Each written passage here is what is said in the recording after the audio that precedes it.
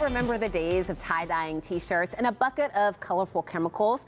Well, there's now a much more responsible and sustainable way of dyeing fabrics, and you can try it right here in Pittsburgh. This is really interesting. Hilary Penigar from Workshop PGH is here with us to show us how it is done. So we're not using chemicals, Hilary.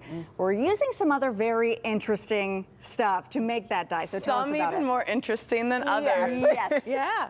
So we're using a variety of things, and I have some samples of other things, but just to show some of the things that we have here, we'll start on the normal end. We've got Osage orange sawdust. It comes from the Osage orange tree, if you know those green monkey balls. Yes. It makes a gorgeous like yellow-orange color. Wow. Little rosebuds, hibiscus flowers, which grow here in PA. They have a really lovely pink or red color.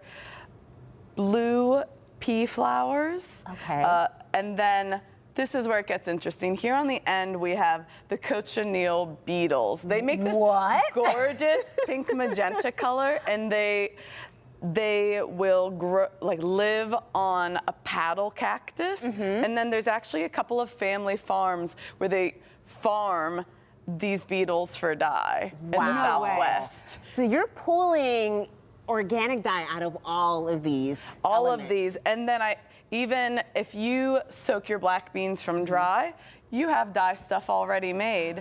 I was soaking some black beans and I dyed this. It makes this gorgeous purple color, and with just a little bit of vinegar or a little bit of baking soda, you can change it from purple to other colors. And you're holding a fabric. What fabric do you dye? You can dye all types of fabrics. Usually what will make it easier to make the dye stick and stay color fast, meaning it won't wash out and it won't fade as much.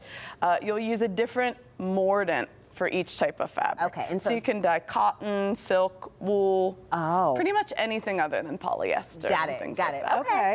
It's all natural. I feel like you have to be a chemist to do this. So could you tell us, could you show us how this is done? Yeah. So this, I soaked some black beans. I took the beans out, and then I just put my fabric in there after having soaked it in alum. And alum is actually something you use whenever you're like canning and pickling. Jinx. So it is a lot. It is more chemistry, but no more chemistry than baking is chemistry. That makes it a little bit more palatable. Yeah, there's lots of free great instructions online. We teach classes too, but it's really simple. So normally you can dye this in whatever way you want. I have some rubber bands here just to make it a little bit more exciting. So that's like classic how you would do a tie-dyed shirt. That's kind of the same process there. And then here on the left, I've got soda ash. You use it to like boost your laundry. It's just a little different from baking soda, but you could probably use baking soda. Let me just dip this in here. Oh, let's use the tongs to make it seem even more official. More official. Scientific. And then we'll give it a little moment.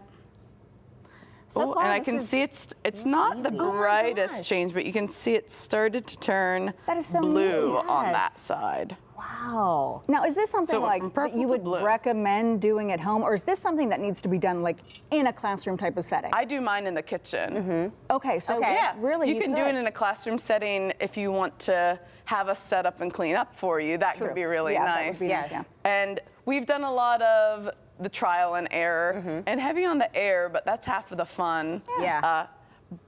But we'll clean up for you. Good. And talk about really quickly some of the classes that you do offer. Oh, we have all kinds of classes. I tend to focus mostly on fiber art, so anything that's sewing, knitting, rug tufting, punch needle, yarn, and We've fabric. tried the tufting before. That was a lot of fun. But we also have different woodworking classes, painting, clay. Also, we've been having some fermentation classes, making things like ginger beer and kimchi. So all kinds of things. A lot of really cool stuff. So if you're looking for something to do on the weekends. On the weekends, on a weeknight, fun with friends. It's a pretty good date. Love that. Great ideas. Yes. Well, thank you so much, Hilary. Thank you. This was fun. Workshop PGH has tons of creative classes to choose from. Check out our website, kdka.com/talkpittsburgh, and we'll link you over to all the information that you need.